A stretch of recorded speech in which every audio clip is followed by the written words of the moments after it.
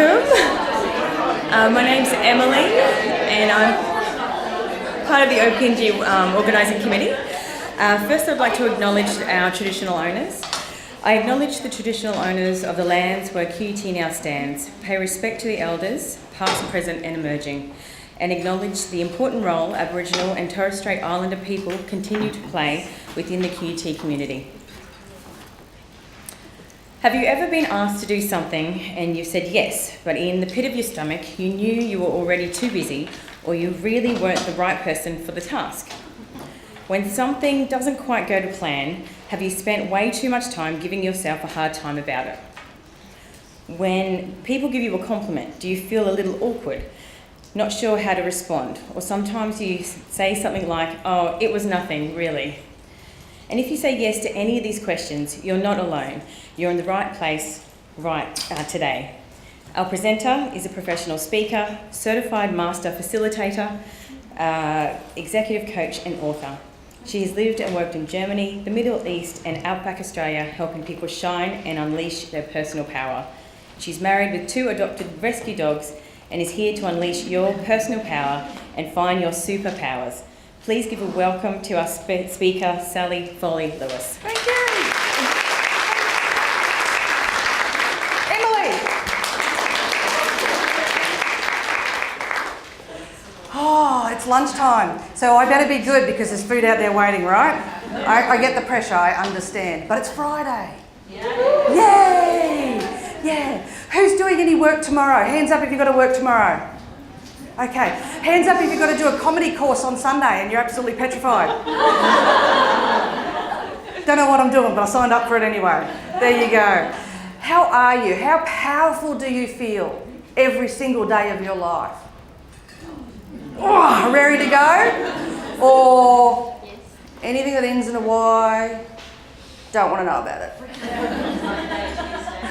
Tuesday, Monday, Wednesday, Thursday, absolutely. Who needs to be caffeinated in order to actually open their eyes, let alone open their mouth? Yeah, I know that feeling. I'm married to a coffeeaholic, and so he's a coffee snob, and instant coffee is actually not allowed in our house. There you go. So when we talk about power, I actually want to hear from you first, what it means to you. What does unleashing your personal power means to you?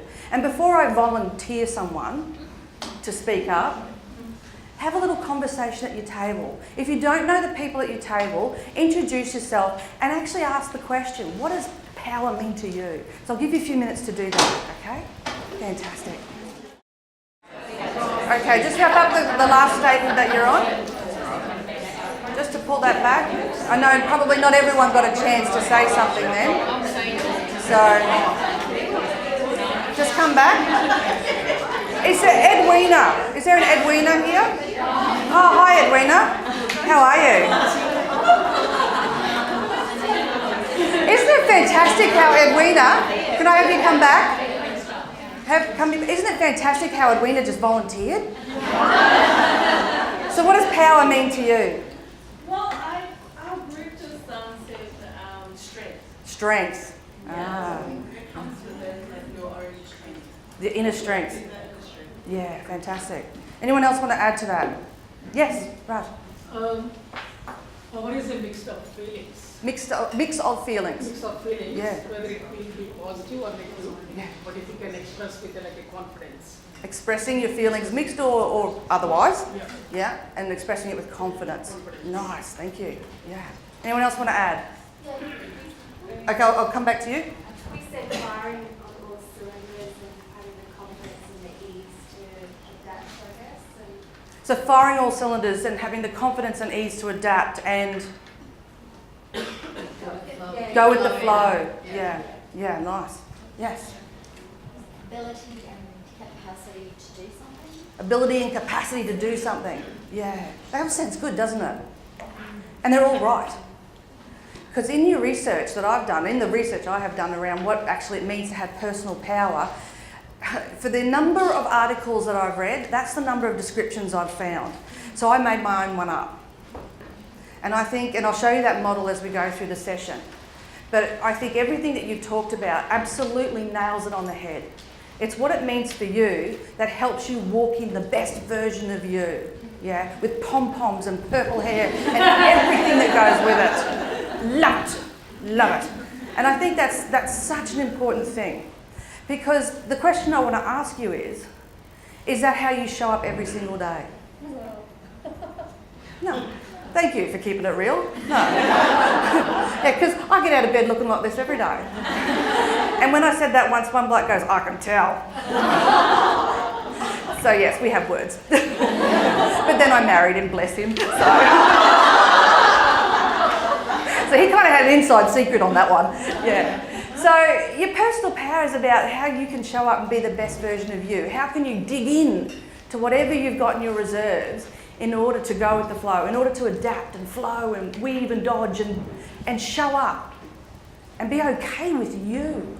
So that's where I want to go with this, because as Emily said in the introduction, I was hinting at things like if you get asked to do something and you say yes with that fake cheesy smile and on the inside you're smashing their head with a blunt spoon because you know you didn't really want to do it, you know you're too busy but you feel compelled to say yes, then it's about what's on the inside of you that gives you that confidence and that power to say, not me or not now. Because chances are it's actually not really a no that you want to say for most people. It's just a not me or a not now. We generally are helpful people. We like to be asked to help. A lot of people find it struggle to ask for help, but when we get asked, we just feel, oh, they've asked me, I feel good. And that dips into your personal power. That sort of fills your tank up of value. I think that's important.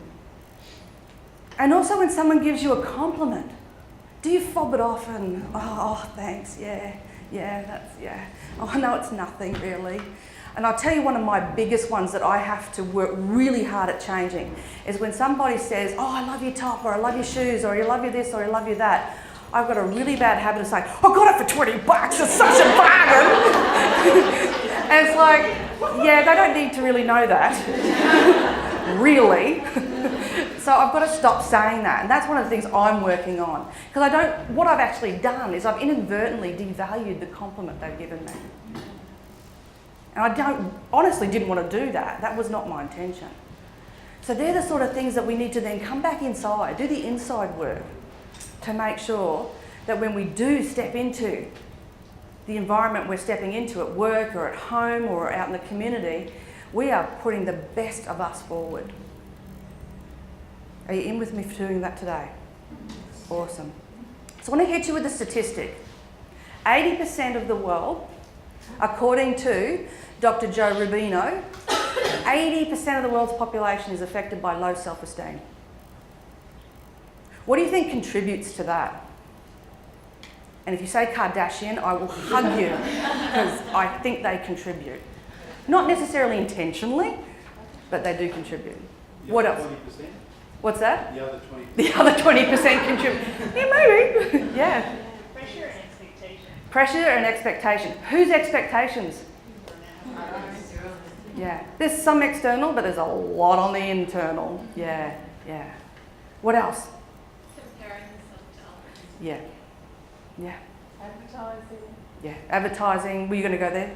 Social media. Social media. Yeah. By the way, hashtag Foley-Lewis. Because let's face it, we live in that world. We're in a digital world, and that's the way we're going to be communicating. And so we've got to be able to rise above that comparison piece. We've got to rise above and say, I'm still pretty good, all right? Yeah, there are bits that wobble, there are bits that droop, there are bits that don't go as fast as they should, but I'm still all right. I'm fairly sassy, and I'm okay with that. Yeah. But this statistic scared me, because what it says to me is that what it leads to is broken relationships. Not just family and personal relationships, but you think about the workplace. When we've got someone who shows up with a certain level of authority and a low self-esteem, how does that show up? The boss from hell. Yeah? And I had one of those when I was living in the Middle East, to the point where, and very few people believe me, but he was a narcissistic psychopath. He physically threw someone out of the office. Yeah, and he got away with it, believe it or not. But he breaks every relationship. Every relationship. In a 9-month period, 27 people resigned. And he was furious because he couldn't work out why. And none of the rest of us were game enough to put the mirror up because he was a scary, scary man. So, and you could see where his self-esteem was. You could see that he felt like he was threatened constantly, that he wasn't smart enough, wasn't business savvy enough, wasn't this, wasn't that.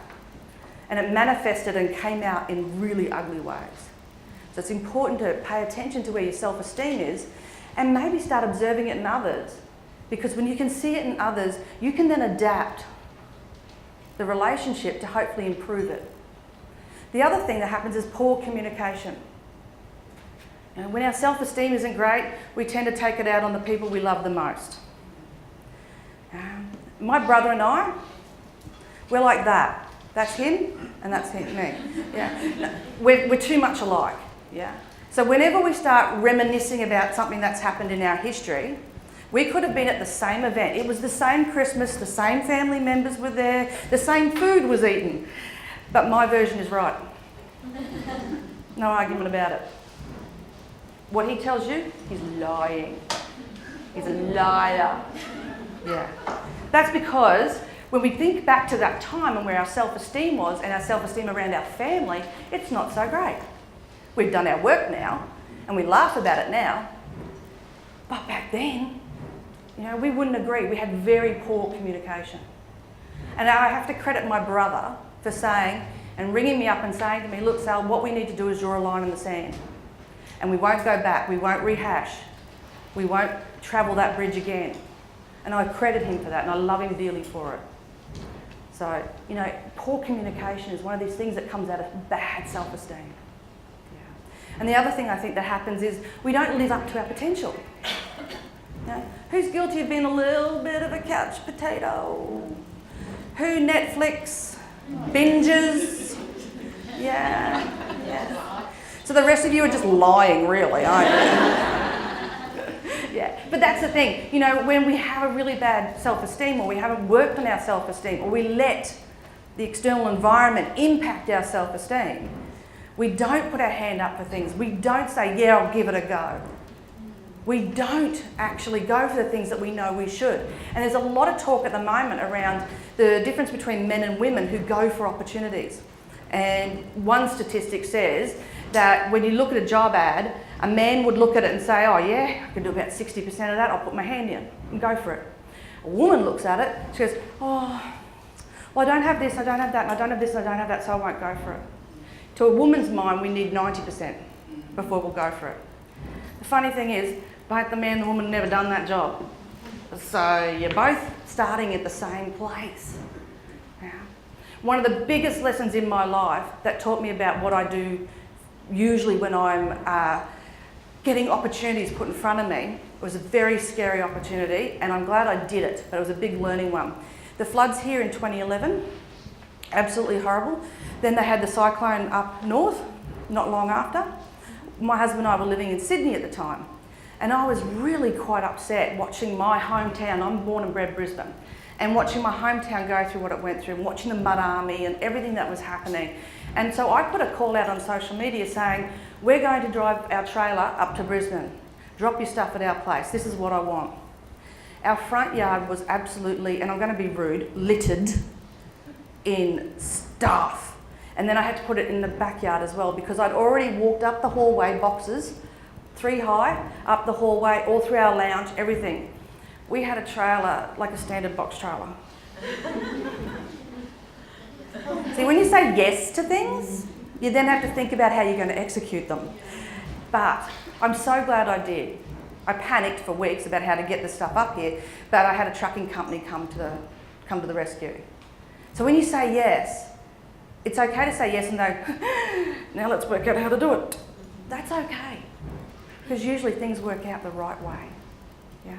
And asking is another big piece to that. So our self-esteem, it can either get in the way of us actually reaching our potential or saying yes to things.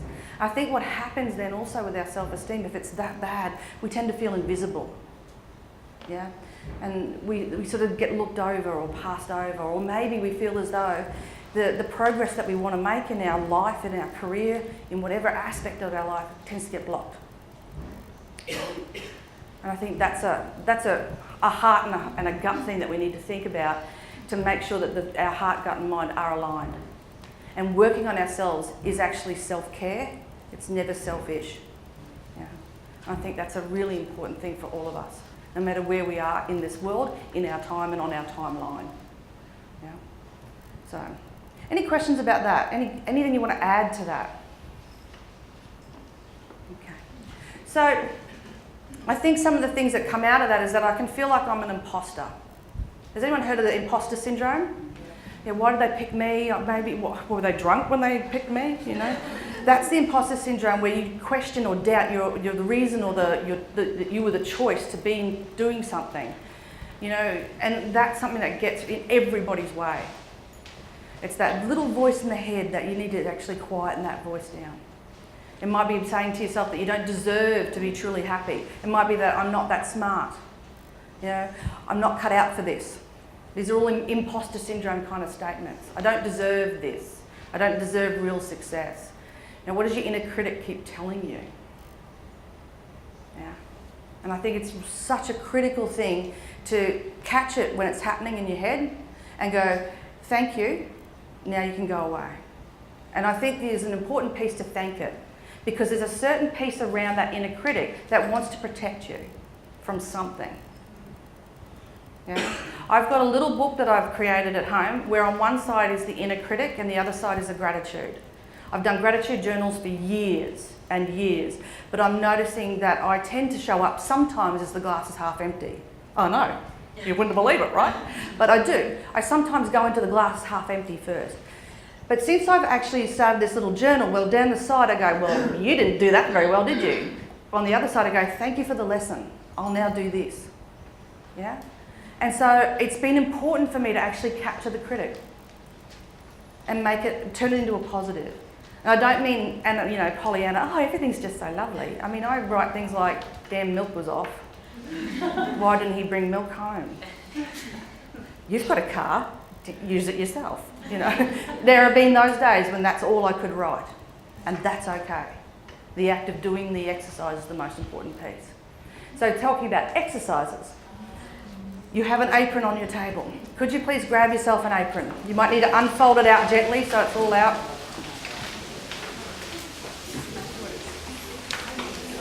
There's also some Sharpies.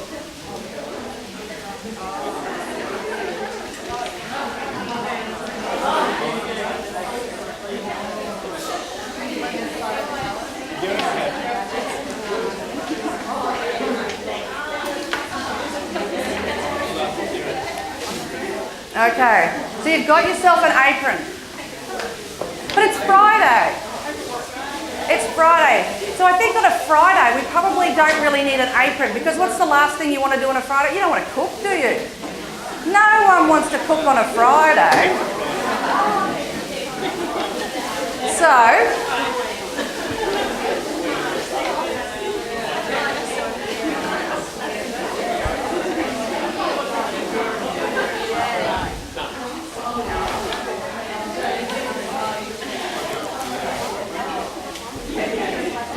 what if we turn our apron into our own super cake?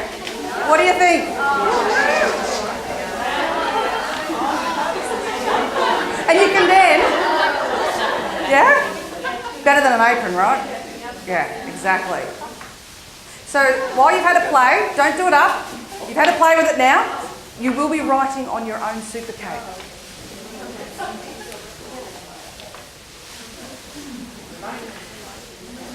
I'll give you a little moment, I'll give you a minute or two. Feel free to put your own identifier on your cake. I was very lucky that Superwoman copied me, and so she's got an S and I've got an S. So you might want to put your own initial on there. If you need any more Sharpies, let me know. Okay. Brilliant. So you've got that. This is where I wanted to share with you my model of personal power. Okay? So I will get you to write more onto your Super Kate, but just for now, I want to unpack this model a little bit and then we'll jump into it and I'll give you some clues and some questions to then add to your Super Kate. So this is my model of personal power. On the outside we've got image power. And then we've got interpersonal power. And then we've got network power. So when I think about those things, your image power is, how you see yourself. Is every day a game day in the way that you dress up and go out? Is every day a makeup day for the gentlemen? Is every day a shiny shoes and a nice tie for the ladies? All that sort of thing. Is that how you show up? And yes, I said it round the wrong way on purpose, just in case you didn't get that. Yeah. I'm a professional speaker, and so my office is actually in my home. And so every day I get up, I put my makeup on, I do my hair, but I leave my pyjamas on. I don't. I leave my pyjamas on. Unless I have to do a webinar. In which case, I put a nice top on and leave my pyjama pants on. I'm keeping it real. That's what they do. And if anyone says they all get dressed up, they're lying.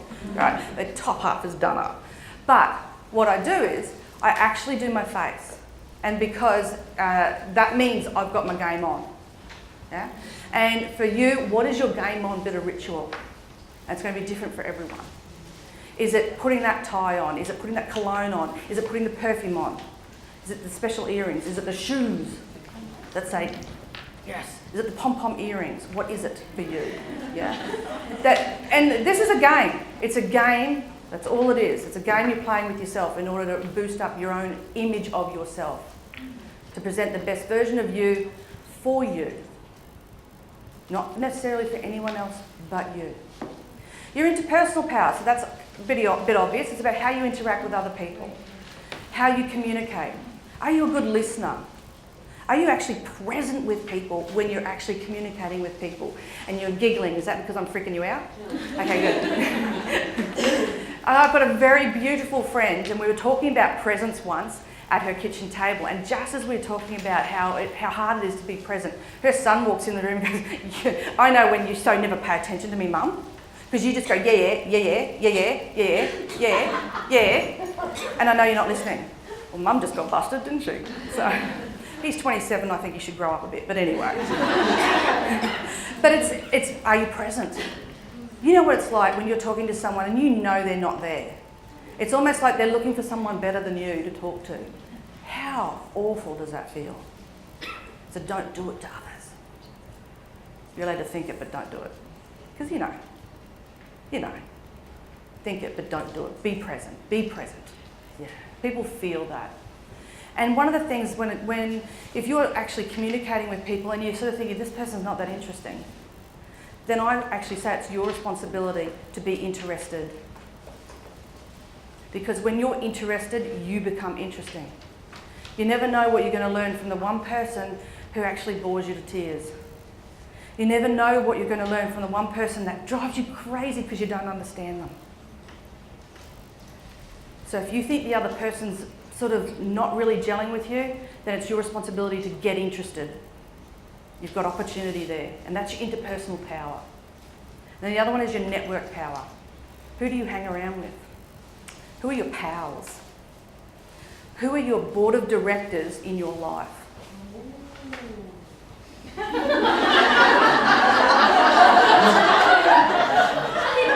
Well, snap!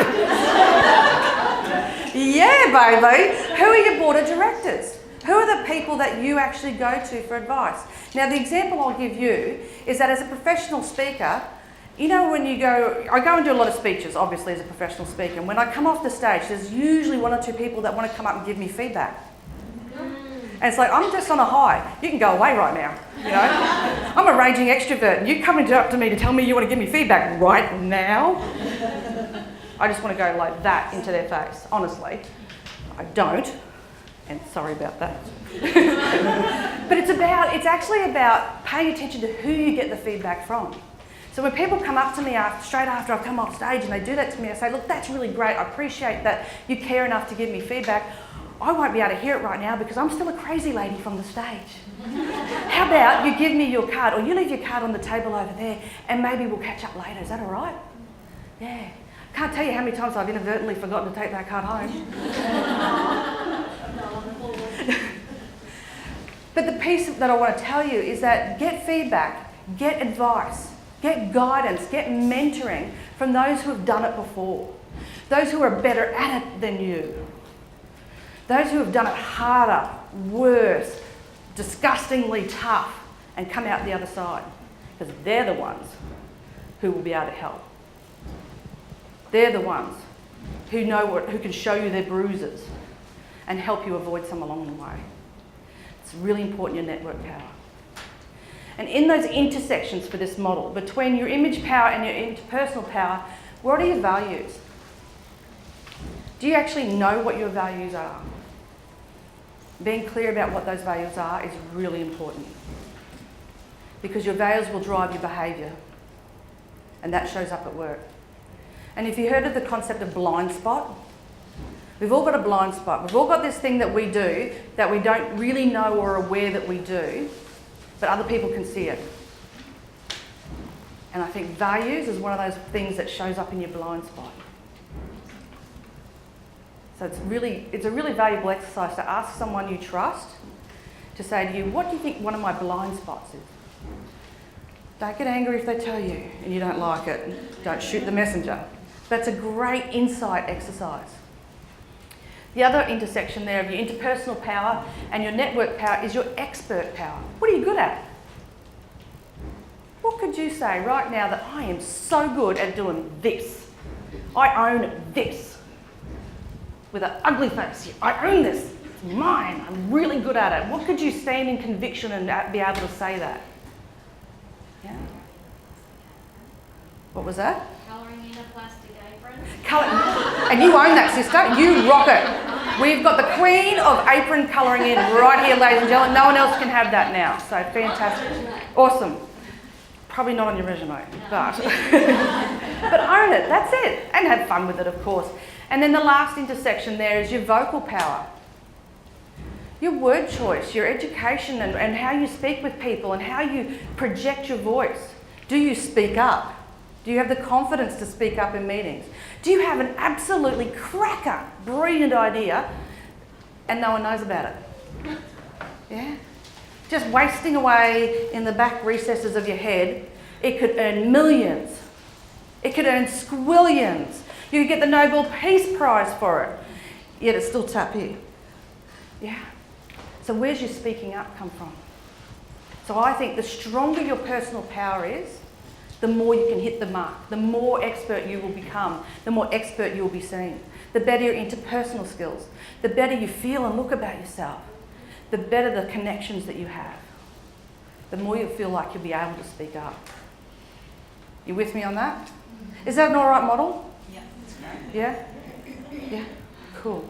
So, the first thing I think you've got to do is stop comparing yourself to others. Yes, that's me. The one under the back. No, I'm just kidding. Yeah, keeping it real. Yeah? So I told you I don't really get out of bed looking like this. So that's what I get out of bed looking like. I have been caffeinated, so I'm smiling. And I think we're in a society where comparisonitis is just rife. It's like a virus, and I think we've got to stop that. I think we've got to catch that voice in our head the minute we start comparing and put it aside. Yeah. You know, this is a caricature I had done at a conference. I was speaking at a conference, and out in the trade area they had a guy doing caricatures, cartoons.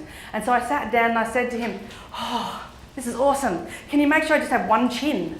And I'm sitting there doing this. And he says, "You know what? You might think that you shouldn't necessarily point out those things that no one else would even notice." Yeah? So when you get a compliment and you knock it back, "Oh, it only cost $20, how cool is that?" I'm a tight person, you know. I don't need to point that out. Yeah? Or when someone gives you a compliment about how you look, "Thank you." Yeah? Or don't point out the obvious. that is obvious only to you. Yeah, that was a valuable lesson for me that day. And she's a bit of a cutie too.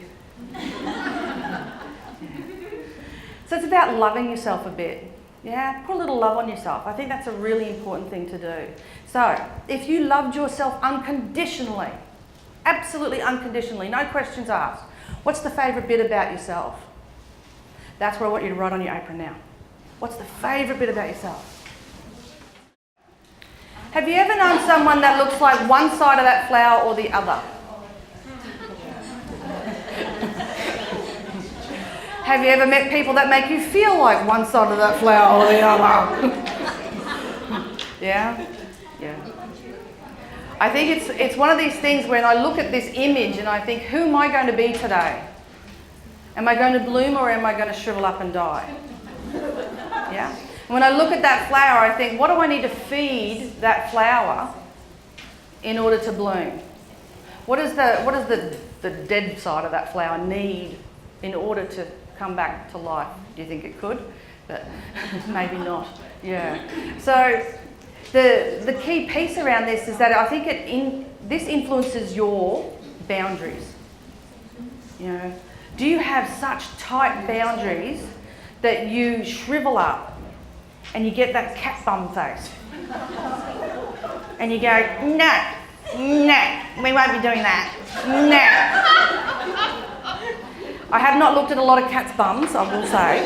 However, but you know what I'm talking about, right? Yeah? You close yourself off. I've met people who will say no before you've even said the first word out your mouth.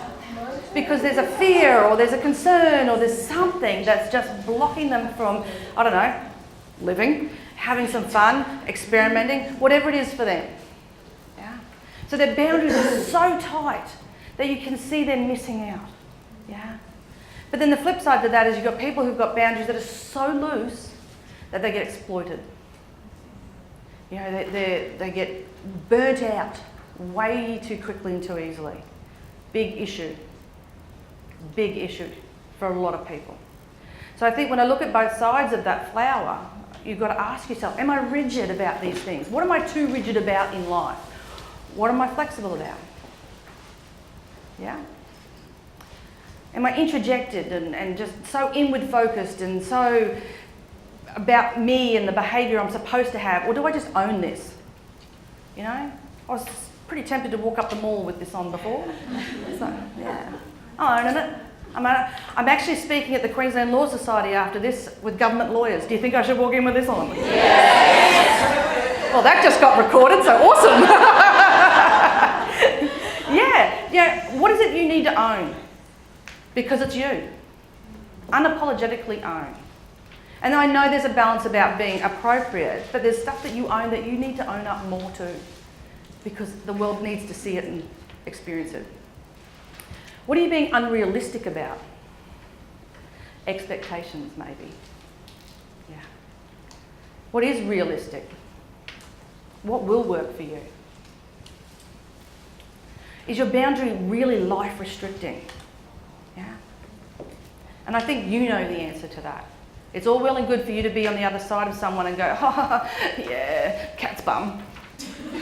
But that's my opinion of what's going on for them.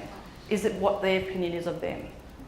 Yeah, there's two sides to that. What does Dr. Phil say? There's two sides to a pancake, no matter how thin you make it. There are two sides to it, yeah.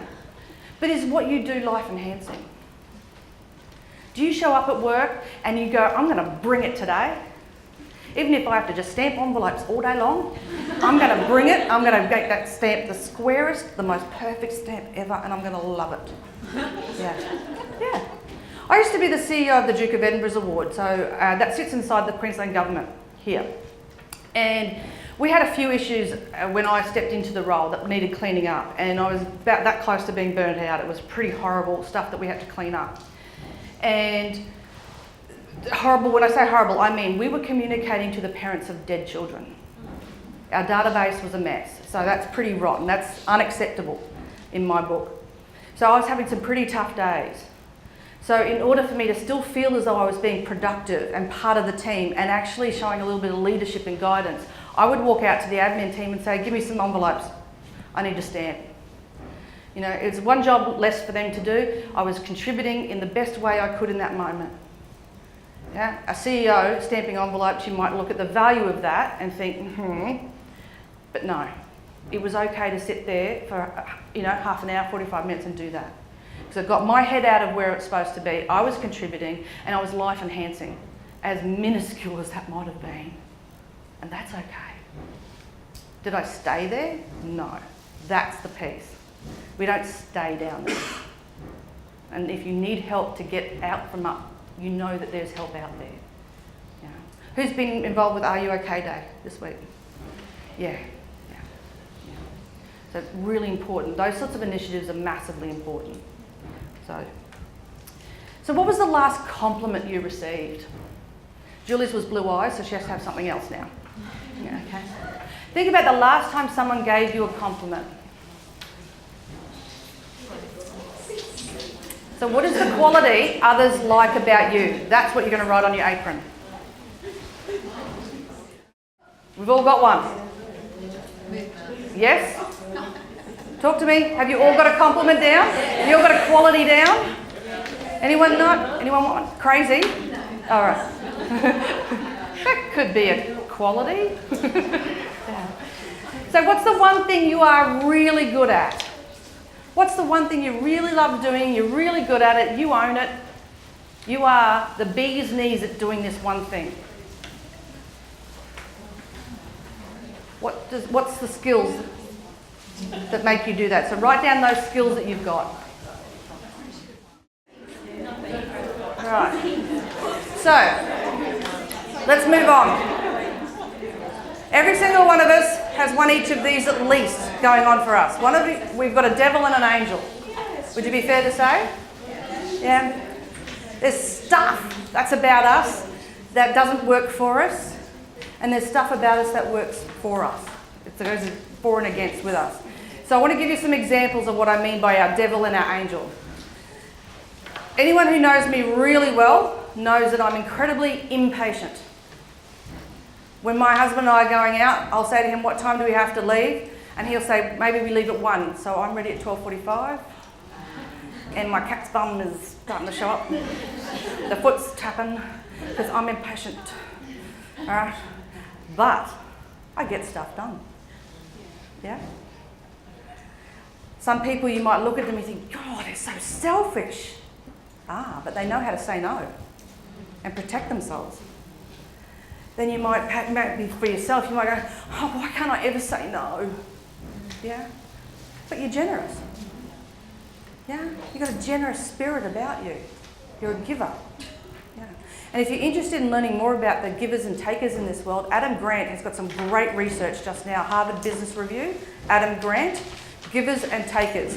When you read that, you will go, oh my God, I'm such a giver. And that person, they're such receivers. Yeah, but don't tell them that. That's just your own education, okay? All right. Maybe you feel as though you're shy. Or another way of looking at it is that you're observant. Yeah? My husband, I would say, is shy, but you watch him watch the room, and every once in a while he comes out with an absolute clanger, and it's so funny and it's so spot on. Doesn't say much, but when he does, the room listens. Yeah. Someone might be distracted, like constantly distracted. You know, the squirrel. Oh, that looks interesting. Oh, that looks interesting. Oh, that looks interesting. Oh, maybe we can do this. Well, then we're going to do this. Yeah, yeah. Oh. So up here, there's 27,000 tabs open. Massively creative. Massively creative. They might not use that word, but they are, because their mind is just going. Have you ever met someone and you think, oh, they're so cynical. Gosh. Oh. Well, they're cautious. You know what? And if you've got an idea in your head, go talk to the cynical person and tell me what's wrong with this, so you can plug the holes before you have to pitch it. And to go deeper into that sort of an idea, look up Edward de Bono's 6 Thinking Hats and look at the Black Hat Thinking. Great book. Very simple, easy book. So there's light and dark to everything. Are you thin-skinned or are you sensitive? Are you a pessimist? Glass is half empty and it's got mould around it. Or are you actually someone who goes, well, maybe before we do this and this and this and this and this and then this and then this and then this and then this. And then maybe I might feel semi-okay about doing it. They're a planner. Yeah? They think it through. Yeah? Or are you a perfectionist? Are you right up to the deadline because it's got to be perfect? Yeah? Yeah? Well, how about you cut yourself some slack and say, I'm precise? Yeah? And we'll talk about time management another day. Yeah? So over to you. What's the one thing about you that you think's a bit of a devil, a bit of a bad trait about yourself? What don't you like? Don't write that down. That's not what we're writing down. Don't be writing that down. I want you to think about what the devil bit of you is. Are you a perfectionist? Are you too thin-skinned? Can't say no? Whatever it is, then what's the light version of that? That's what you're going to write down. If you're struggling with that, ask the person next to you. Don't tell the person next to you what their bad trait is. Ask them what yours is. So here's the last one I want you to put on your apron. I should say super cape, shouldn't I? Here's the last one you're going to put on your super cape. If you were more confident, what would you do? Ooh. If you were more confident, what would you do?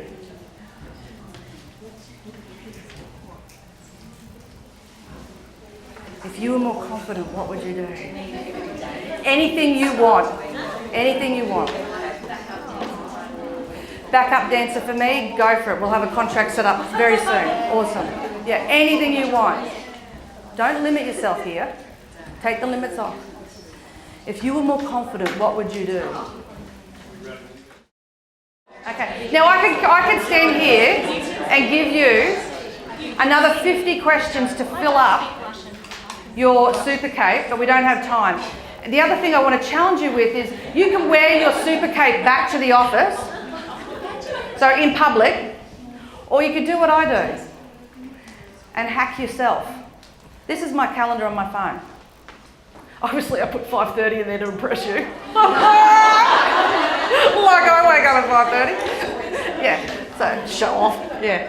So what I do is every single day I have these alarms go off. They are silent, they're daily, and then when I just pick up my phone, there'll be one there. I've changed them a few just recently, but I can do this every day. I'm worthy of self-care and good health. Bring it home, I can do this. I love and accept myself unconditionally, and today I'm grateful for. So these are the things, you need to think about how you can build these things into your own life. Feel free to, fly your own freak flag back to your office. However, not everyone's going to feel comfortable doing that. So this is one way you can do it. Yeah? Very simple. Yeah. So if you want to connect with me, feel free to take a screenshot of that. If you have any questions over lunch, please come and ask me. And what I'd love for you to do while you're having something to eat, if you know someone really well in this room, you've worked with them or you know them really well, take a texture and write something nice on their apron. Yeah? Just say something that you like about them. Yeah? Are we okay with that? Yeah. So thank you.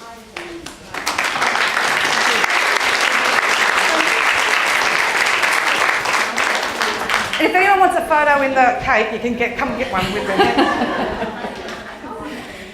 Well, that was certainly empowering, wasn't it? A huge thank you to Sally Foley-Lewis for taking time out of your busy schedule to come and lead our workshop today, and for also giving us the power to unleash our personal power. Loved our super capes, and I can't wait to wear mine back to the office. So thank you again, Sally. I want to also thank Lex for coming and recording today. We'll have that recording available later on. Thank you also to MC Caterers for supplying our light lunch, can I say? Light.